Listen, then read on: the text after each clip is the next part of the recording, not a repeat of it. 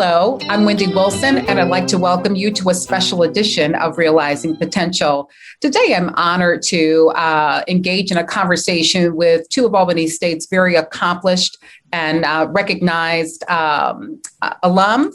They have made significant strides and an impact in the healthcare industry, in the medical field, and really are noted on an international scale specific to their work as they address the pandemic that we are currently facing and their efforts to fight the coronavirus, and here to discuss the vaccine itself and the need for all of us to take advantage of that. Without further ado, I'd like to introduce to, I know, only a very small group of individuals, Dr. Derek Hurd and Dr. James Eddie Black. Gentlemen, how are you today? Well, thank you. Good, doing well, thank you. Good. Dr. Black, because you showed up on my screen initially, I'd like for you to share with the viewers, and I know it's just a small number, your history with the community, specifically Albany State University, and what led to your interest to pursue medicine. As you mentioned, I grew up in Albany, and I remember back in second grade, our teacher going around and asking what do I want to do to grow up, and a lot of people were saying policeman, fireman, professional athlete, and I said I want to be a doctor. And what was significant is that the teacher told me, well, I don't think you can do that. But I forgot, and that kind of spurred me on, and that's all I've ever wanted to be. And of course, attended local high schools, public high schools, graduated from Doherty High School, Albany State University. I guess it was Albany State College way back then. Then attended Ohio State, and after time in the military and working down in Tampa, I chose to return home, and it was the right move, and I'm glad to be home. Very good. Very glad to have you. Thank you so much. And I'm so glad that you did not listen to that teacher. I unfortunately hear that story so often, and it quickly reminded me of a story that Malcolm X often shared about how an instructor at one time discouraged him for pursuing law school. He said he wanted to be an attorney, and he said, no, people like you should pursue something much more noble. Carpentry, I think, is what was suggested. So I'm glad you didn't listen, and the world is better for it. Sir, we can't leave you out. If you can join in the conversation, Dr. Hurd, and share with us your history as it relates to your thought, the inception of you deciding to pursue medicine. And of course, you are an illustrious alum of Albany State. Share a little bit with our viewers about that process. Well, unlike Dr. Black, I came to the realization that I wanted to be a physician a little bit later in life. I was actually getting ready to attend Albany State at that time. And so you had to declare a major. And so I spoke with my parents about it, and I thought I wanted to go to law school, but they said, maybe you should consider medicine.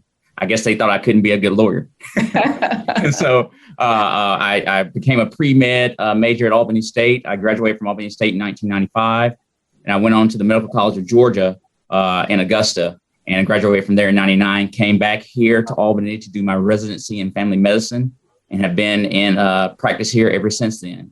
And I did not mention that I'm a 1991 graduate of Lee County High School.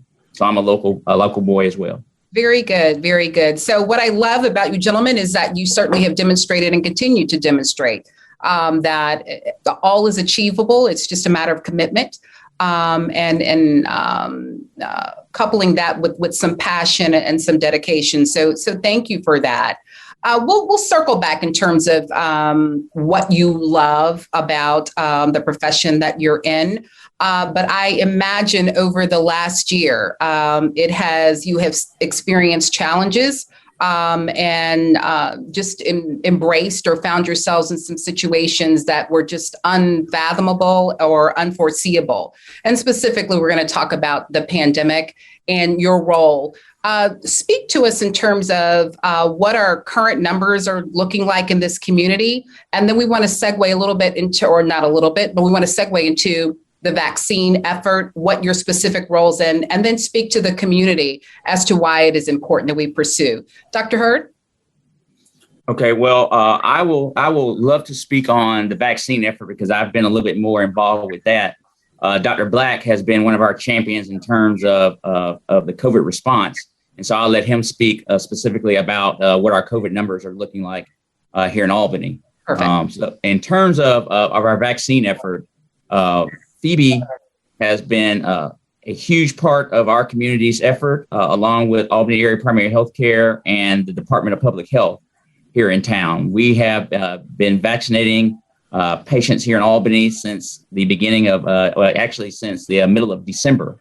And we started out because of the state mandate with healthcare workers and then first responders and then those 65 and older. And so we've been doing a good job in vaccinating our community.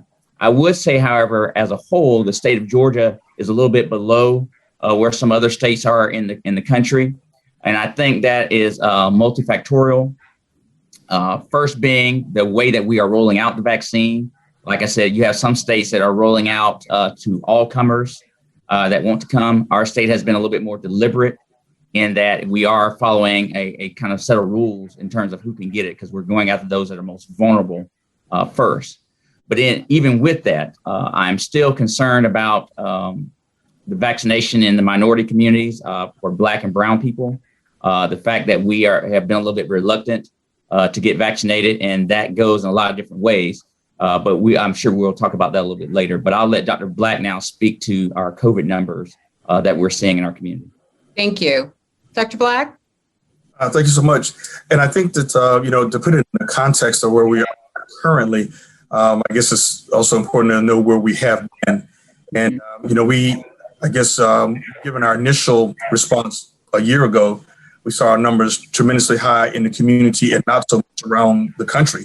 And at one time, we were ranked number 4 in the world behind Wuhan, China, New York City, the Lombardy region, and Italy. And in Albany, Georgia was number 4 in terms of death. And I guess history has shown, or recent history has shown us, that we were not so abnormal just very early in response to the rest of the country and the rest of the world began to be experienced early on. Since that time, going into November, I recall that our numbers were the lowest they had been. We were down to about 25 patients that were hospitalized, but then we had successive holidays with Thanksgiving, followed by Christmas, followed by New Year's celebrations. And we saw those numbers balloon up not only locally, but around the world. Only recently, the last few days, we have seen consistent decrease in the number of hospitalized patients and also decrease in the number of percentage of positive tests. But those are 2 markers that we kind of keep track of in order to keep an eye on the severity in the community. So it's kind of a double-edged sword. On the one hand, our numbers are coming down, but our numbers were extraordinarily high. So we're not nearly out of the woods yet, but we're seeing some improvement. My concern is that right around the corner is spring break, and that we may see some uptick in activity when people choose to travel and get together, as they have done over the holidays. Well, let me insert that Albany State was very mindful of that, and we made some adjustments as it relates to our spring break. So the traditional, of course, is to have a week off, and then students will then leave and then, of course, return to wrap up the semester. And we've done something different under the leadership of President Frederick. We have segmented those days. And so they will span we had our first one beginning of this month, and they will span the rest of the semester. And so we have no instructional days. And so that was to certainly support efforts to minimize a transmission and to keep our students safe. So we're encouraging to stay on campus that day, but have incorporated some activities that support mental health and wellness. And then again, underscoring the need to minimize transmission and certainly exposure. So we're doing our part in that regard. Delighted to hear that those numbers have decreased. Of course, the concern still remains that the virus is still out there, and we want to minimize, certainly play a role in alleviating that exposure and then transmission. I don't want to discount the reality that many Black and Brown people have at the forefront of their minds in terms of our history as it relates to healthcare practices, access to it, and the negative impact that so many marginalized communities have faced. Thus, the apprehension of this taking the vaccine. And Dr. Hurd mentioned that early on, that the numbers are still low, and we need to improve upon that. I'd like for both of you to contribute to that thought, your conversations with people regarding, and how do you respond to at times what has been viewed as medical apartheid in many instances for those that do not or have been denied or abused in some cases as it relates to access to proper health care. Well, Ms. Wilson, I will tell you, this problem is a twofold problem, as I think I mentioned earlier. One, we have the dark history that our country has in terms of its treatment of African Americans in the medical community, whether that was experiments that we all know about in terms of the Tuskegee experiments that were done with syphilis, but we also even go back further than that to the father of modern gynecology and the experiments that were done on African slave women then, and how that bore out what is modern gynecology, but the experiments were done on our people. Correct. And so there is some mistrust and misgiving in our community. So that's part of the problem. The other issue, and I deal with this in my job as medical director for primary care, is the social determinants of health that we have to deal with also.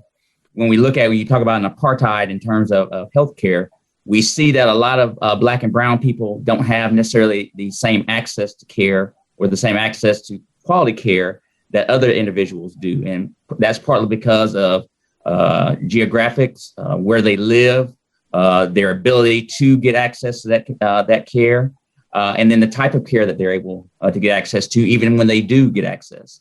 I am proud of our community in the sense that along with our organization with Phoebe, I think we do a great job in terms of making sure that access is open to everyone. And then we also have other partners in the community like Albany Area Primary Health Care that also give patients access to care and access to care in their neighborhoods and their communities. So from that regard, we need to make sure that that patients understand that, listen, you will have access to care. Now, how do we work on some of the myths that surround getting vaccinated and some of the fears that go with being vaccinated? Well, I will tell you, Dr. Black and I both have been vaccinated. We're a part of that 1A group of people that need to be vaccinated because we're healthcare workers. I'm still alive. I haven't grown horns out of my head. I don't have a tail coming out of my back. I don't have a microchip that has been implanted in me and the government is now watching me every day. These are things that people think and people hear. And I've heard this from patients that there is that concern, but those things are just not true. I would say that we need to be careful about where we get our information from. Because you can't trust all the information that you hear. There's a commercial a few years ago that joked about, well, where'd you get that from? It must be true. Well, I got it from the internet. Well, no, not everything on the internet is true. So I would say that you need to first speak to your primary care provider because they're going to give you the most up-to-date information. And if you don't have a primary care provider, you need to get one, not just because of COVID, but just because of health in general. But even then, if you don't have a primary care provider, go to websites that are reputable. Go to cdc.gov. Go to National Institutes of Health.gov, Mayo Clinic, Cleveland Clinic, Harvard Medical. These are reputable sites that will give you good information that is up to date and that's easily digestible for non-medical people.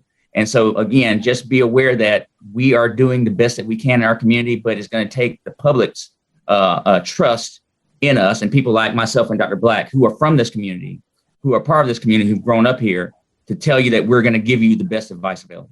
Outstanding. Dr. Black, will you share what are some of the conversations that you're having with the greater population who specifically those individuals that are very apprehensive and concerned about the ramifications or any possible long-term ill effects of taking the vaccine and all of that based upon our history?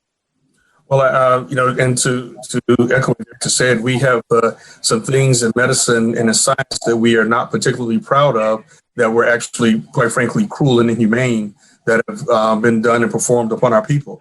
And I think the first step is acknowledging that those things have happened in the past, not trying to hide them or to explain them away. They happened, but also to ensure people that there are people like Dr. Hurd, like me, and thousands of others that are keeping an eye. We're aware. And we're going to make sure to the best we can that those things never happen again. But we do have to understand the mindset and the history and that goes into the decision making of people. One of the first things I like to tell people is I'm happy that they are taking an interest in their health and things that are going to be done. And so I welcome the conversation. But along with the access that Dr. Hurd mentioned, I think one of the other things that they don't have access to is people like Dr. Hurd or like me that can answer questions that they have. So recently, Dr. and I have done town halls on Facebook, and now I'm actually going around the groups, no matter how small or how large. When they make the request, I do my best I can to accept and to give them the opportunity to ask questions, to talk about things that they've heard in order to dispel some of those abnormal fears that people have. And I've not knowingly tried to convince anyone if they ask me, should I get the vaccination? I don't tell them yes or no. I give them as much information I can, and I follow that up with, I got vaccinated, and I encouraged my mother and my sister, who's also in medicine, to get vaccinated. And for those people that know me, there are no more important people to me in the world, and there's no way I would recommend that they do something I was uncomfortable with. So rather than try to convince somebody to tell them what they should do, I'd let them know my decision-making and how comfortable I am in the safety of getting vaccinated. And I like Derek said, I mean, I believe I was one of the first, if not the first in this part of the state to get vaccinated. And not that I feel that I am important, I am part of the at-risk group, but I thought it was also important to let the community know that I would not ask them to do anything that I would not do myself, or know something I did not feel was vitally important to our survival of this disease, and also doing everything we could in order to protect ourselves. Excellent. Gentlemen, if we may, I'd like to take a brief break, come back, and if we could discuss the composition of the vaccine. One of those misnomers or myths out there is that they actually inject you with it and on it. And so you all are certainly the medical experts. If you could just educate the public once we return back, I'd be happy to learn something myself. Viewers, we'll be right back. Thank you so much for joining us for this first portion of Realizing Potential, and we'll be back shortly. Georgia needs you to answer the call. The Georgia Department of Public Health is reaching out to people who have recently tested positive for COVID-19 or who may have been exposed. If you tested positive, DPH will provide guidance on how to isolate and then help you identify recent close contacts so DPH's Georgia COVID team can alert them of their exposure. Your information and test result remain confidential per HIPAA. Learn more at dph.georgia.gov. Gentlemen, thank you so much for joining me for the second portion, which is really engaging and conversation, certainly intriguing for me and hopefully our viewers as well. If you could, and both of you, we'll start Dr. Black, and then if we can transition over to Dr. Hurd. And you both have successfully, in my opinion, and eloquently shared the history of why there is some apprehension, Black or brown communities, and we'll specifically talk about the Black community because of our history as it relates to healthcare and medicine within this country, and the treatment as it relates to that. One of the misnomers that I've heard or myths that I hear is that as it relates to this particular vaccine to counter COVID-19 is that they are actually injecting you with or you would be injected with the actual virus itself. Speak to the composition and what the purpose of the vaccine serves and how it affects our bodies. Dr. Black? Sure. I think that that is one of the common misconceptions that Dr. Hurd and I both hear. And I guess the easiest way to explain it is that although some vaccines do use live or killed agents or viruses, this is not one of them. This one actually targets proteins or various constituents on the surface of the virus in an effort to recognize the virus and help your body try to fight it. But there is no live or killed agent that is used. Now, two things that are important with that. Number one is when we talk about the speed, that has also been a concern with a lot of people. They get the vaccine too fast. But one of the reasons they were able to develop it so fast, they were not using live or killed agents. When you have to use those agents, you have to grow the viruses, then you run tests on them, and that adds the time and also in research and also production. So we did not have that as a barrier. The second part is to note that no one is injected with a live or a killed version of any virus on this particular vaccine. So that is not a concern.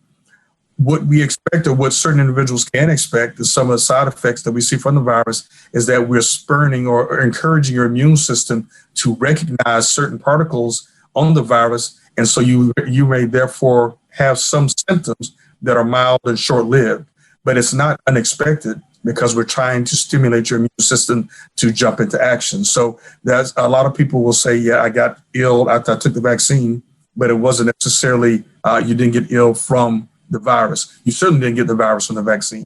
There have also some people said, I got the vaccine and then I got the virus a couple of days later. Well, the vaccine played no role in that. It was just things happened at the same time, but were not related. So those are important concepts, but it is very important that people realize that the live vaccine is not used in the production and or development of this vaccine. Very good. Dr. Hurd, would you like to weigh in as it relates to that? Yes, thank you, Dr. Wilson. I would also like to add to what Dr. Black was saying. I don't even call it a side effect to the virus, to the vaccine. Okay, when we talk about a true side effect to the vaccine, we're talking about an allergic reaction or allergic response. So that's going to be shortness of breath. That's going to be swelling of the lips and tongue. That's going to be a rash. Those have been few and far between in terms of the number of those incidents that we've actually seen. What I like to talk about that patients are going to experience when they get the vaccine is going to be what Dr. Black talked about, the immune response. What you experience when you start talking about, I had a mild fever, I had body aches, I had a mild headache. That's actually your immune response to being exposed to the RNA from the virus. And again, as Dr. Black said, what we're doing is introducing the genetic material for a portion of the spike protein that's on the surface of the virus. We're not giving you the actual virus itself. And so people need to be aware that, one, you are not getting any form of the virus. You're getting a piece of a protein that's on the surface. That'd be like me showing you my bow tie and saying, here, this is my bow tie. This is not Derek Hurd. This is just the bow tie that Derek Hurd was wearing. And so by doing so, the body can still recognize that there's a foreign agent that's in it, and then it can go ahead and attack it. And by attacking it, what you have is a fever, you have body aches, you can have chills. The same response that you get when you are exposed to the vaccine. So again, I just like to make sure that patients are aware that we're not talking about true side effects, or we're talking about or an allergic reaction to it. Those have been extremely rare, few and far between. We're talking about the immune response that you have, and that does happen. I don't want people to go away thinking that you're not going to have an immune response. In fact, we hope that you do have some of an immune response, because that means that your body is working, your body is doing what it's supposed to do. So I tell people that, hey, if you have a little bit more of a robust immune response, that's okay. So if you develop a fever, that's okay. We expect that. We're okay with that. And that shows that your body is working and recognizing that there's something foreign in it. Very good. Thank you so much for that. I've been having this ongoing conversation with my children. I have a 19-year-old and I have a 24-year-old. And I've been really surprised. A 24-year-old she's cemented on, I don't want to take the vaccine. And so I'm not sure where that has come from. Her 92-year-old great grandmother has taken it and no side effects from that. I'm, excited, and whenever my opportunity comes available, I'm going to take it as well. And so what has surprised me about that is I would have thought that mindset of, no, I'm concerned, it's going to bring additional harm or bring some harm to me, as, has been demonstrated throughout history. At times, not all the time, but there's some significant points in our history as African Americans where we have been devastated by that. And so I just would have thought that, just being a younger person, that she would think differently, and is certainly very well read. But again, it's a decision that we all have to make as individuals. I'm still encouraging her to do so. Have you gentlemen seen a theme? Do you see it in one demographic of our population more so than others, younger, older, or is it about the same throughout? It's quite varied, and you'd be surprised. It's not among any particular group. Mm-hmm. I think one of the, if I might digress a little bit, I think one of the failures from a scientific and a medical community, one of the disappointments, as far as I'm concerned, is our inability to just pay attention to the science. And I think along with our response, a lot of it has been politicized, and along with that comes a lot of banter that people are exposed to. So I know one of the your 19 and 24-year-olds certainly much more well-versed on social media than I am, and perhaps Dr. Hurd, or perhaps you. So they get access to a lot of information much faster. And if it's coming from friends, just like it was in elementary school, if you hang around people that encourage you to smoke, you may start smoking because Sure. friends did. And if you're having that conversation with people, irrespective of their background, you may tend to latch onto it and it becomes difficult to unwind. The only thing we can do is encourage people to continue to look at trusted sources, pay attention, and think about the risks versus benefits. And it's been challenging because I will tell you, I have a fair amount of colleagues who are in medicine who say they won't take the vaccine. So it becomes a little, it's a challenge when we're not on one accord.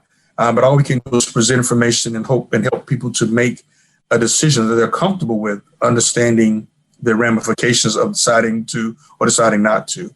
And you would have thought, I would have suspected that given our history, like I said, it being so early on and having such a devastating effect in our community due to the virus, that we would have had a much larger compliance or a much larger amount of people wanting to get the vaccine than we did. And it's even among the people in the hospital where we did, I think, a magnificent job of taking care of a lot of sick people, but there's still a lot of people who are uncomfortable with getting the vaccine. So it's something that we constantly have to address, acknowledge, and again, have the conversation. We're constantly saying, let's revisit, let's talk about it. What are your concerns? And trying to break down some of those barriers. And we find people that come across it, like Derek mentioned earlier. I had a couple of friends of mine in a doctor's lounge. They said, Eddie, hey, we understand you're the first one to get the vaccine. We're going to wait and see if you're alive in 6 weeks, and then we'll think about getting it done. So as Derek said, I'm happy to report I'm still alive. So I'm hoping that they're feeling more comfortable with that. But, we saw it when in the military, back when I was in the Navy, when we were rolling out vaccinations against smallpox and against other diseases. And there's a lot of apprehension because of the amount of information that people have access to. Some of it factual, some of it not, or some of it less so. So it's just an information stream we have to continue to fight. But one of the things I like to leave people with, and I'll leave it alone, I'll ask, how many of you guys have ever had polio? How many of you guys had smallpox? How many of you guys know somebody that's had meningitis? And, the number invariably is 0, although some people have had meningitis. But a lot of these diseases are no longer prevalent because of vaccines. So the list goes on, and I can rattle off about 10 or so. They're telling the things they don't see because our parents and grandparents chose to get vaccinated. So I think it's important for us to understand how this can be very helpful. And, I've reconciled the fact that I have chosen to continue to take care of a very sick population, and I put myself at risk. Sure. What I don't want to do is say I had the chance to do it, and it's something I could have done that might have reduced my risk, or God forbid, having me infect somebody in my family that I love, and I chose not to do it. So those are the decisions that weighed in on me deciding to get the vaccine. I try to relay that to patients and other individuals who have questions about it. Well, hopefully we've convinced some individuals, a large number too, who have not, or who were teetering on whether I should take it or not, convinced them the importance and the value of taking it, and provided some extensive or enough information for them to be to make a decision that not only impacts their lives directly, but those that surround them. Before we wrap up and share with viewers where they can go up to receive their vaccination and that process, I would love to know from both of you how this whole experience has impacted you as men and then also as medical professionals.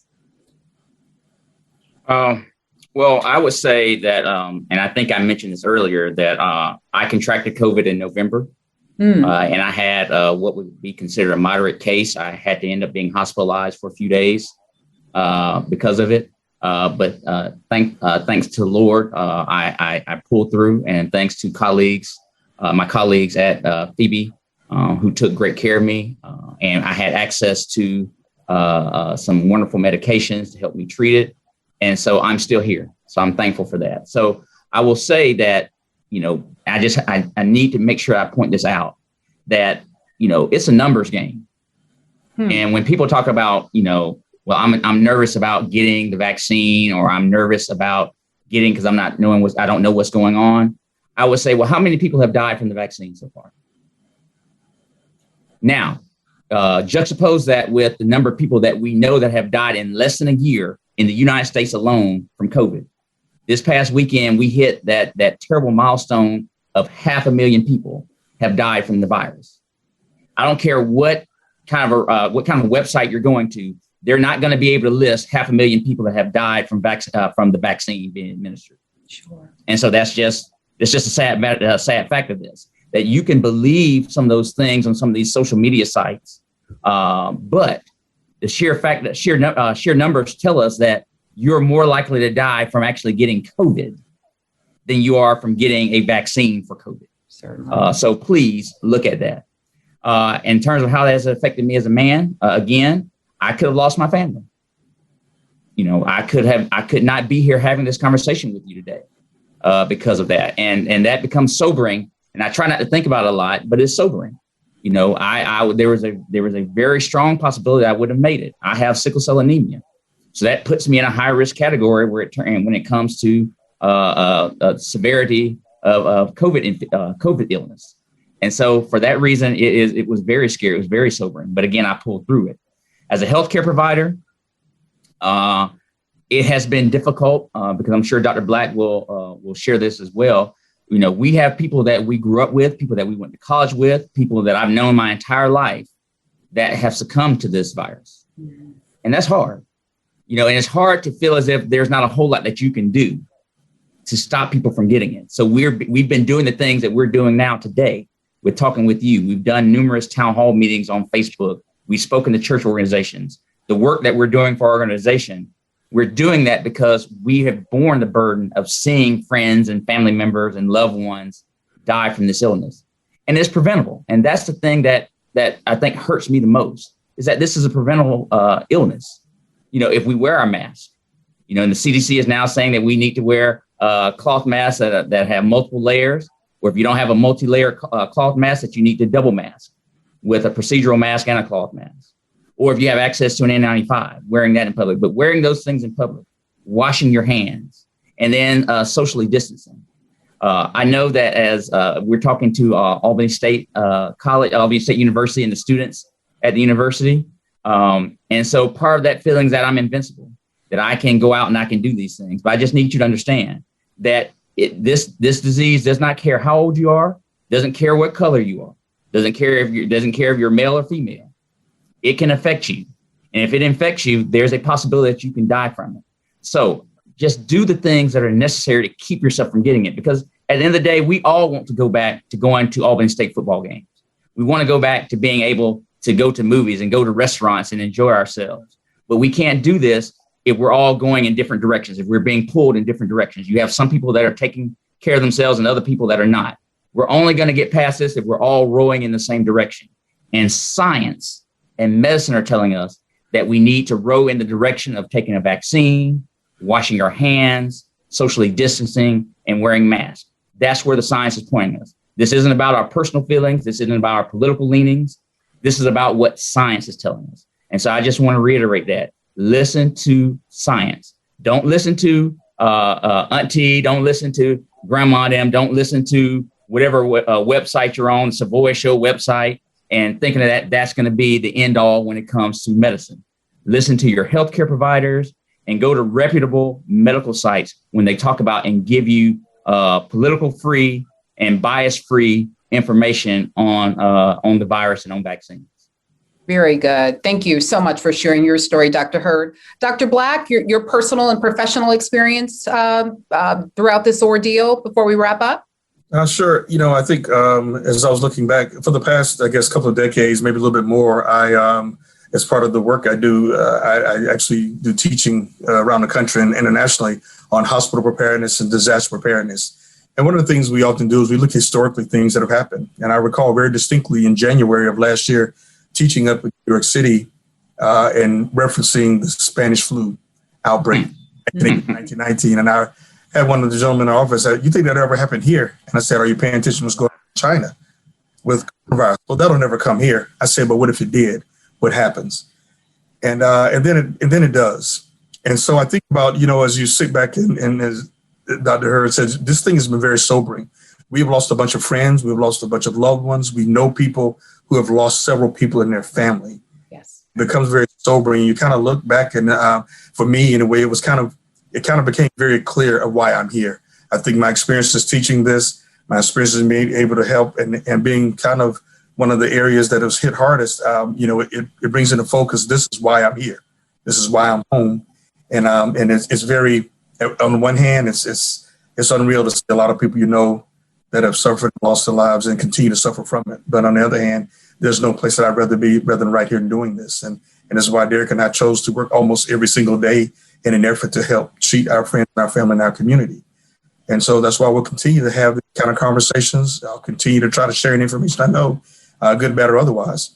And but I am also well aware that the only way our community has done so well is about the help and cooperation of the citizens and the patients here. And without them actually, this is being a very collaborative effort. I'll share what I know, good, bad, or otherwise. You share your feelings, and we'll talk about it, and we're going to get through it. I think we're going to continue on that, and that's going to be our guiding edict. We're going to make sure that we share information. We're going to continue to encourage, and we're going to continue to take care of each other. So it's been one of those life-changing things that we never thought we'd have to come to face, but it's the hand we've been dealt, and we're going to continue to face it head on. So, like Dr. Hurd, we're going to follow the science. We're going to protect our community, and we're going to win. We're going to prevail. Well, thank you for ending on such an encouraging note. Thank you on several different fronts for successfully informing our viewers about the ramifications of not taking the vaccine in comparison to taking the vaccine and following the science and just those fundamental expectations that we all should have for one another and holding one another accountable with just the basics of the mask, of social distancing, and then certainly washing our hands. Just being proactive. I keep hearing, when are we going to get back to normal? When are we? And here we are a year later. And even when we get to some semblance of normalcy as we once knew it, just again, taking those measures to remain safe. I think a lot of the practices that we've heightened as a result of this need to continue on. Thank you for what I know President Federick would want me to say, being exemplary alums of Albany State University and representing on an international front the fine individuals that we produce each semester in the form of graduates and world-class contributors. And you certainly have evidence that I'm certain before this epidemic, but certainly throughout. And so we are extremely proud and thank you for unconditionally giving of yourselves as it relates to your profession and certainly to your community. As the changes continue to occur, you're welcome to come back and share with us. And once we get on the other side of this, celebrate the achievements as certainly on the medical front, but what we've done as a community to overcome this pandemic. Thank you so much. Yes, thank you. My pleasure. Viewers, thank you so much for joining me for this special edition of Realizing Potential. I'm Wendy Wilson. We encourage you to continue to stay informed, to take advantage of the vaccine, stay in contact or make contact with your medical professional or clinician about what you need to do and the steps you need to take to stay healthy. We look forward to seeing you next time.